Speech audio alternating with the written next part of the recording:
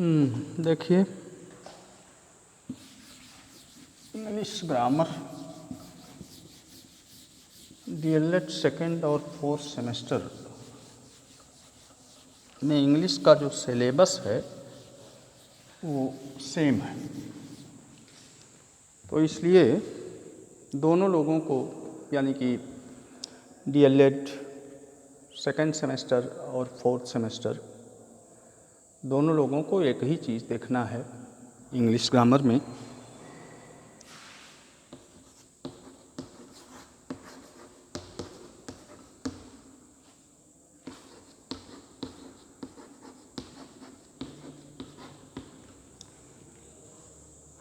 इसके पहले आप लोगों ने सेंटेंस के बारे में देखा था। सेंटेंस के कितने रूप होंगे, उनकी पहचान क्या है, और टेंस के बारे में बताया गया था। ये दो चीज़ें सबसे ज़्यादा महत्वपूर्ण हैं अंग्रेजी में कुछ भी करने के लिए, टेंस और सेंटेंस। मैंने बार बार कहा था कि अगर अंग्रेजी में कुछ करना चाहते हैं, अंग्रेजी जानना चाहते हैं, पढ़ना चाहते हैं, तो सबसे पहले जो 3 टेंस के 12 रूप होते हैं, सबकी अपनी अलग अलग पहचान होती है और उसमें कितने प्रकार के सेंटेंस बनेंगे ये भी आपको देखना था। तो सेंटेंस के विभिन्न रूप और उनके कितने पार्ट होंगे और पार्ट में एक एक शब्द की पहचान कैसे करेंगे और किसी भी अंग्रेजी के वाक्य में शब्दों का क्रम क्या होगा, ये तमाम चीज़ें आप लोगों को बताई गई थी। खास बात यह है कि अगर सेंटेंस और टेंस की पहचान आपको नहीं है तो जो मैं आपको बता रहा हूँ ये एकदम बेमानी है। आप कोई भी एक्सरसाइज, अपनी किताब की कोई भी एक्सरसाइज नहीं कर पाएंगे। मैंने कहा था कि टेंस का परिवर्तन भी आपसे पूछा जाता है, जैसे कि प्रेजेंट परफेक्ट टेंस का वाक्य है तो उसको पास्ट परफेक्ट में चेंज करना है। प्रेजेंट इंडेफिनिट है तो फ्यूचर इंडेफिनिट में चेंज करना है। पास्ट इंडेफिनिट है तो प्रेजेंट परफेक्ट में चेंज करना है। तो उसके लिए अंग्रेजी में दिए हुए वाक्य को उनकी सहायक क्रियाओं से ही पहचानते हैं और हर टेंस की अपनी निश्चित सहायक क्रियाएं होती हैं और अंग्रेजी में लिखे हुए वाक्य को उनकी सहायक क्रिया से ही आप पहचानेंगे। टेंस में प्रेजेंट, पास्ट और फ्यूचर की बात करते हैं और इसके 12 रूप हैं। और मैंने कहा कि मतलब हर टेंस की अपनी निश्चित सहायक क्रिया है, तो उस सहायक क्रिया से ही हम अंग्रेजी में लिखे हुए वाक्य के टेंस को पहचानेंगे। अगर टेंस आप पहचान लेते हैं और सेंटेंस की मुकम्मल जानकारी आपको है तो अंग्रेजी में बहुत दिक्कत नहीं है। उसके बाद कुल मिलाकर के 2 ही चीज़ें तो अंग्रेजी में करना होता है, ट्रांसलेशन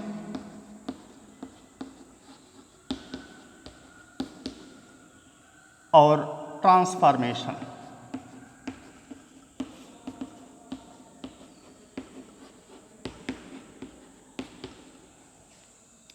ट्रांसलेशन और ट्रांसफॉर्मेशन, ये 2 चीज़ आपको करना है। मैंने कहा था कि जब कोई ट्रांसलेशन की बात करता है तो अंग्रेजी ग्रामर की सारी चीज़ें उसमें इंक्लूड होती हैं, और जब ट्रांसफॉर्मेशन की बात होती है, जिसको हिंदी में वाक्य रूपांतर कहते हैं, तो वाक्य रूपांतर में दिए हुए वाक्य के रूप में आपको अंतर करना होता है और अंतर भी इस तरह से करना है कि अर्थ में कोई फर्क ना पड़े, अर्थ ज्यों का त्यों रहे। जैसे पहले टॉपिक में आपने देखा था नरेशन, एक बार फिर आपको याद दिला दे। नरेशन में किसी भी बात को हम 2 तरीके से लिखते हैं, एक तो डायरेक्ट वे में और दूसरे इनडायरेक्ट वे में। और डायरेक्ट से इनडायरेक्ट में परिवर्तन के लिए वाक्य रूपांतर के लिए कुछ चीज़ें आपको बताई गई थी। मैंने कहा था कि जब भी आप डायरेक्ट से इनडायरेक्ट में वाक्य का परिवर्तन करेंगे तो 4 चीज़ों पर ही आपको फोकस करना है। एक तो रिपोर्टिंग वर्ब, दूसरे इन्वर्टेड कामा हटाना होता है, तीसरे रिपोर्टेड स्पीच का पर्सन चेंज करना होता है, और चौथे रिपोर्टेड स्पीच का टेंस नियम के अनुसार बदलना होता है। कई बार मैं आपको बता चुका हूँ how to change reporting verb, how to replace inverted comma, how to change the person of the reported speech and how to change the tense of the reported speech. अब रिपोर्टिंग स्पीच और reported speech हमने आपको कहा था कि direct speech में 2 वाक्यांश होते हैं। पहला वाक्यांश हमेशा इन्वर्टेड कामा के बाहर होता है जिसको रिपोर्टिंग स्पीच कहते हैं, और दूसरा वाक्यांश हमेशा इन्वर्टेड कामा के अंदर होता है जिसको रिपोर्टेड स्पीच कहते हैं। और इन दोनों वाक्यों में आई हुई क्रियाओं को क्रमशः रिपोर्टिंग वर्ब और रिपोर्टेड वर्ब कहते हैं। तो सबसे पहला काम आप करेंगे, रिपोर्टेड स्पीच के वाक्य को पहचानते हुए रिपोर्टिंग वर्ब चेंज करना है। उसके लिए नियम मैंने आपको बताया था, आज फिर रिवाइज करते हैं। अगर रिपोर्टेड स्पीच में अफर्मेटिव या निगेटिव सेंटेंस होता है और रिपोर्टिंग वर्ब के बाद ऑब्जेक्ट भी आया होता है तो रिपोर्टिंग वर्ब सेज टू की जगह पर टेल्स और सेड टू की जगह पर टोल्ड लिखते हैं। अगर रिपोर्टिंग वर्ब के बाद ऑब्जेक्ट नहीं आया है तो जो रिपोर्टिंग वर्ब है वही हम रहने देते हैं, फिर उसमें परिवर्तन नहीं होता है। परिवर्तन तभी होगा जब रिपोर्टिंग वर्ब के बाद ऑब्जेक्ट आया होगा। ये केवल अफर्मेटिव और निगेटिव सेंटेंस के लिए है। इंट्रोगेटिव सेंटेंस अगर रिपोर्टेड स्पीच में है तो रिपोर्टिंग वर्ब से टू की जगह पर आस्क्ड लिखते हैं, और यदि रिपोर्टेड स्पीच में इंपरेटिव सेंटेंस है तो उसके भाव के अनुसार आदेश के लिए ऑर्डर्ड लिखते हैं। प्रार्थना का भाव है तो रिपोर्टिंग वर्ब से टू की जगह पर रिक्वेस्टेड लिखते हैं। सुझाव या सलाह का भाव है तो रिपोर्टिंग वर्ब से टू को रिप्लेस करके उसकी जगह पर एडवाइस्ड या सजेस्टेड लिखते हैं। और अगर रिपोर्टेड स्पीच में मना करने का भाव है तो रिपोर्टिंग वर्ब से टू की जगह पर फॉरवर्ड का प्रयोग करते हैं।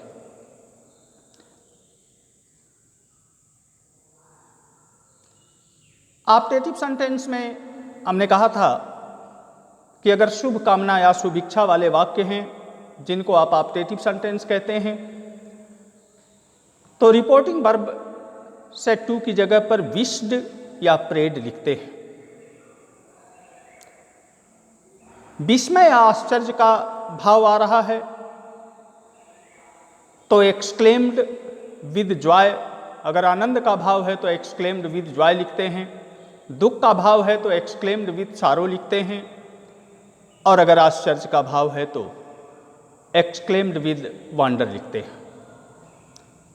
तो कहने का मतलब है कि रिपोर्टेड स्पीच में दिए हुए वाक्य के अर्थ के अनुसार, उसके भाव के अनुसार रिपोर्टिंग वर्ब पर सबसे पहले ध्यान देंगे। उसको बदलना है या नहीं बदलना है, बदल करके क्या लिखना है।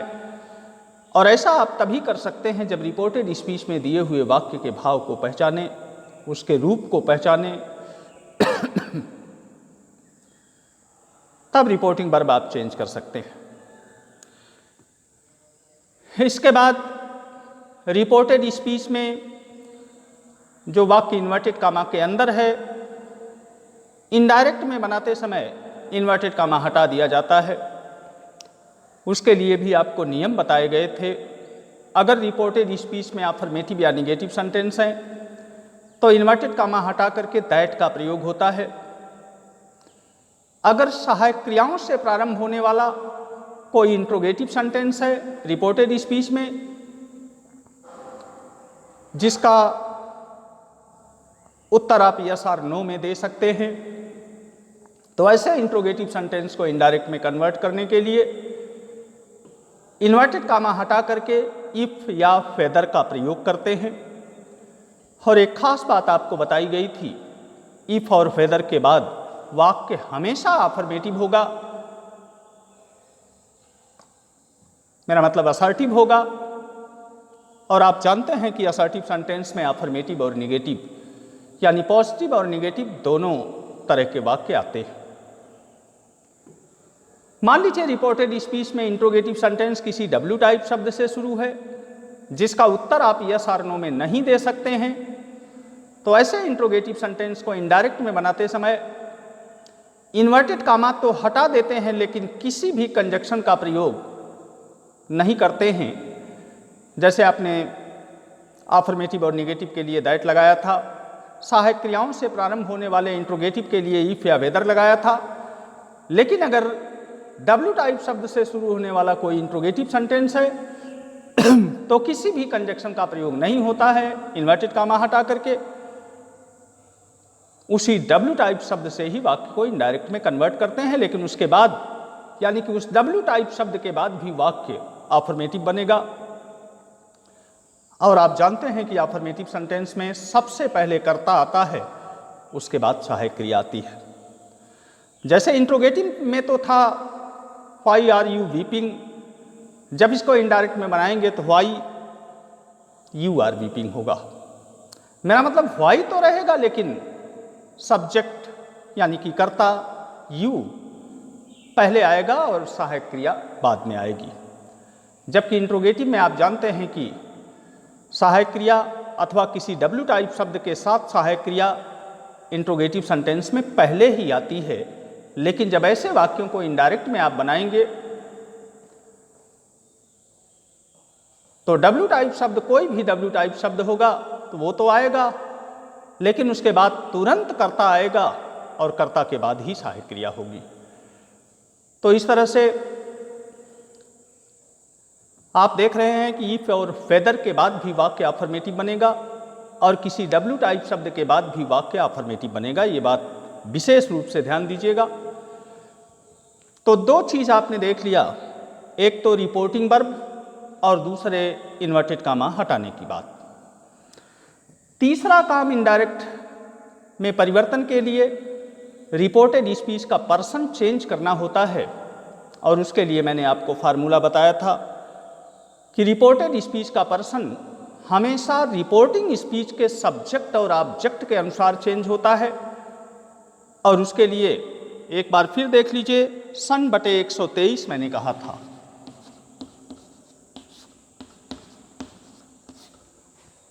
सन बटे 123 आप देख रहे हैं कि 1, 2, 3 लिखा हुआ है। 1 का मतलब फर्स्ट पर्सन, 2 का मतलब सेकेंड पर्सन और 3 का मतलब थर्ड पर्सन। ऊपर है SON यानी कि सन। इसका मतलब हुआ कि first person changes according to subject, second person changes according to object and third person never changes, ये कभी नहीं बदलता है। लेकिन एक खास बात और, बदलते समय जिस पर्सन को आप चेंज करने जा रहे हैं आपको देखना पड़ेगा कि वो पर्सन, वो नाउन या प्रोनाउन किस केस में है और जिसके अनुसार बदलेगा, सब्जेक्ट या ऑब्जेक्ट किसी के अनुसार बदलेगा तो उसकी जगह पर सब्जेक्ट या ऑब्जेक्ट के अनुसार बदलता है तो उसी केस में आपको लिखना पड़ेगा। उदाहरण से भी मैंने आपको समझाया था, एक बार फिर देख लीजिए। जैसे ही सेड टू यू या मी या हिम, जो भी हो, इन्वर्टेड कामा में है I am going to your house. अब इसे इनडायरेक्ट में चेंज करना है। देख रहे हैं कि इन्वर्टेड कामा के अंदर अफर्मेटिव सेंटेंस है और रिपोर्टिंग स्पीच यानी कि इन्वर्टेड कामा के बाहर का जो वाक्यांश है, जो स्टेटमेंट है, उसमें सेड टू के बाद ये ऑब्जेक्ट आया हुआ है। सीधी सी बात है, अगर ऑब्जेक्ट आया हुआ है तो सेड टू की जगह पर हम टोल्ड लिखेंगे। तो रिपोर्टिंग वर्ब का काम हो गया।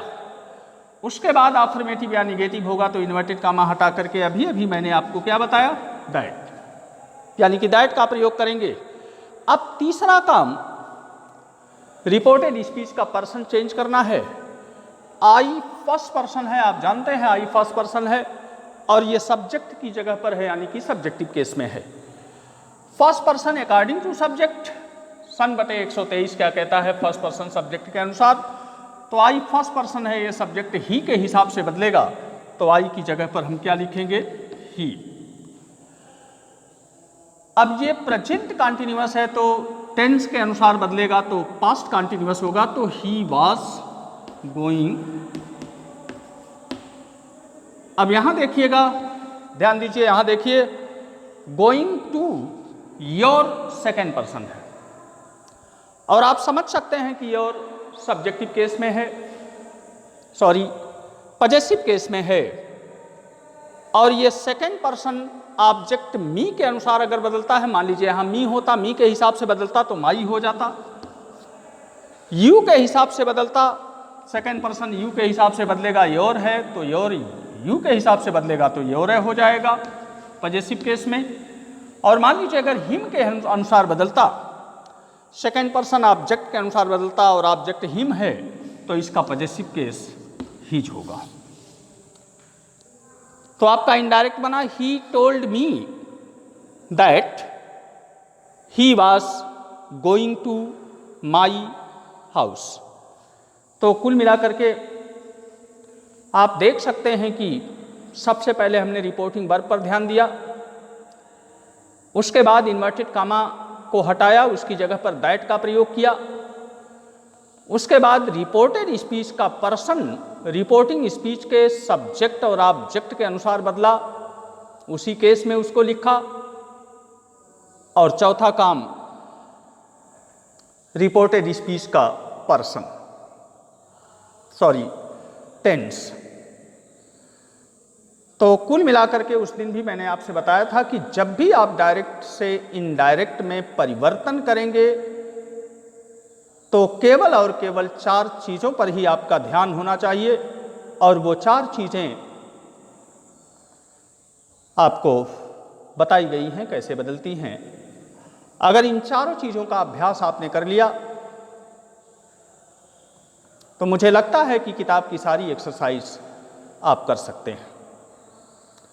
रिपोर्टिंग वर्ब पर सबसे पहले ध्यान देंगे, उसके बाद इन्वर्टेड कामा को हटाएंगे, उसके बाद रिपोर्टेड स्पीच का पर्सन चेंज करेंगे, और उसके बाद रिपोर्टेड स्पीच का टेंस बदलेंगे। तो इस तरह से आपको बताया गया था ट्रांसफॉर्मेशन का पहला topic, direct and indirect speech of narration.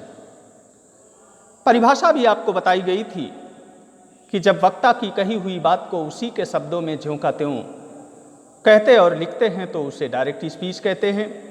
और डायरेक्ट स्पीच में 2 वाक्यांश होते हैं, पहला वाक्यांश हमेशा इन्वर्टेड कामा के बाहर होता है और दूसरा वाक्यांश हमेशा इन्वर्टेड कामा के अंदर होता है, और परिवर्तन हमेशा अंदर वाले वाक्यांश में होता है, बाहर वाले वाक्य के टेंस और पर्सन से हमारा कोई लेना देना नहीं है, केवल रिपोर्टिंग वर्ब चेंज होती है।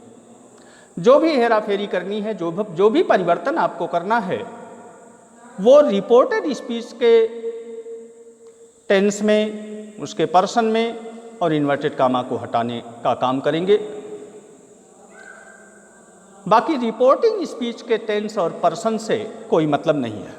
तो इस तरह से अगर इन 4 चीज़ों का अभ्यास आप करते हैं तो मुझे लगता है कि आप सारी एक्सरसाइज कर सकते हैं। उसके बाद टेंस कैसे बदलेगा एक बार फिर आपको याद दिला देते हैं। पहला नियम मैंने आपको बताया था कि अगर रिपोर्टिंग स्पीच यानी कि इन्वर्टेड कामा के बाहर का वाक्यांश प्रेजेंट या फ्यूचर टेंस के किसी भी रूप में होगा पास्ट को छोड़कर, तब रिपोर्टेड स्पीच का टेंस नहीं बदलेगा।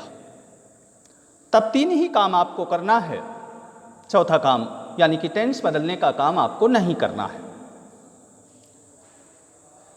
दूसरा नियम आपको बताया गया था कि अगर रिपोर्टेड स्पीच में यानी कि इन्वर्टेड कामा के अंदर वाले वाक्यांश में यूनिवर्सल ट्रुथ, जिसको सार्वभौमिक सत्य कथन कहते हैं, हैबिचुअल एक्शन यानी कि आदत प्रकट करने वाले कथन, इमेजिनरी फैक्ट या अनरियल फैक्ट, जिसको आप अवास्तविक या काल्पनिक कथन कहते हैं, उसके बाद हिस्टोरिकल फैक्ट यानी कि ऐतिहासिक कथन हो अथवा लोकोक्ति या मुहावरा हो, तब भी आप उसके टेंस में कोई परिवर्तन नहीं करेंगे, रिपोर्टिंग स्पीच चाहे जिस टेंस में हो। तो 2 कंडीशन आपने देख लिया, और ये 2 कंडीशन हमेशा आपके दिमाग में होनी चाहिए, तभी आप डायरेक्ट से इनडायरेक्ट में परिवर्तन कर पाएंगे। और पढ़ाने से पहले मैंने आपसे कहा था कि हर लड़का चूंकि 2nd और 4th सेमेस्टर में ही अंग्रेजी का सामना आपसे होगा, तो उसके लिए आपको टेंस और सेंटेंस की मुकम्मल जानकारी होनी चाहिए। अगर टेंस ही नहीं पहचानेंगे, सेंटेंस ही नहीं पहचानेंगे, तो परिवर्तन नहीं कर पाएंगे, और करेंगे भी तो पूरे आत्मविश्वास के साथ नहीं हो पाएगा।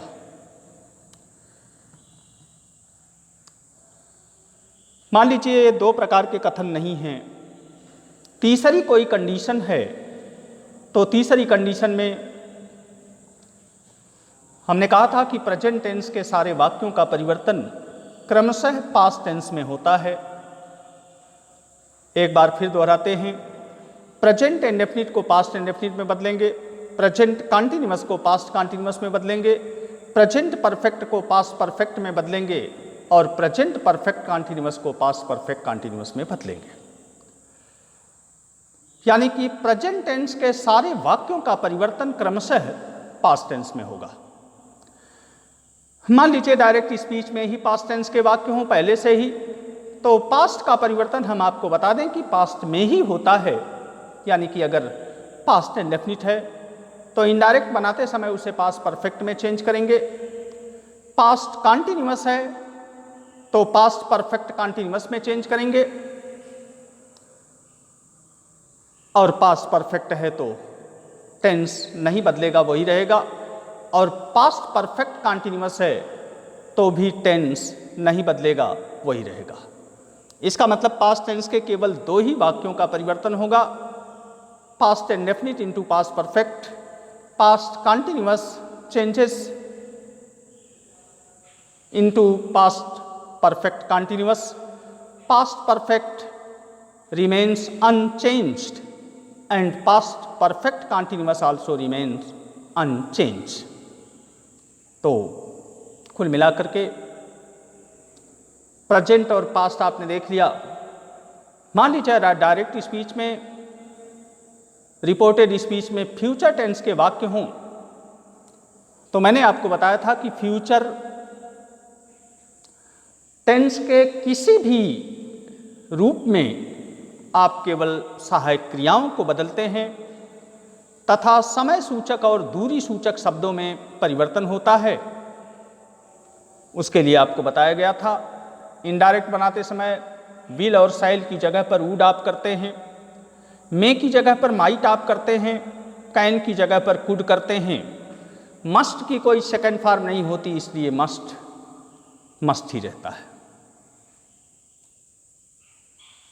उसी तरह से नाउ की जगह पर आप देन लिखते हैं, दिस की जगह पर दैट आप लिखते हैं इनडायरेक्ट में, टुडे है तो उसकी जगह पर दैट डे लिखा करेंगे, यस्टरडे है तो दी प्रीवियस डे लिखा करेंगे, और टुमारो है तो द नेक्स्ट डे लिखा करेंगे। तो इस तरह से आपने देखा कि डायरेक्ट से इनडायरेक्ट में परिवर्तन के लिए हमको 4 चीज़ों पर विशेष ध्यान रखना है। Reporting verb, inverted comma, reported speech का पर्सन और रिपोर्टेड स्पीच का टेंस।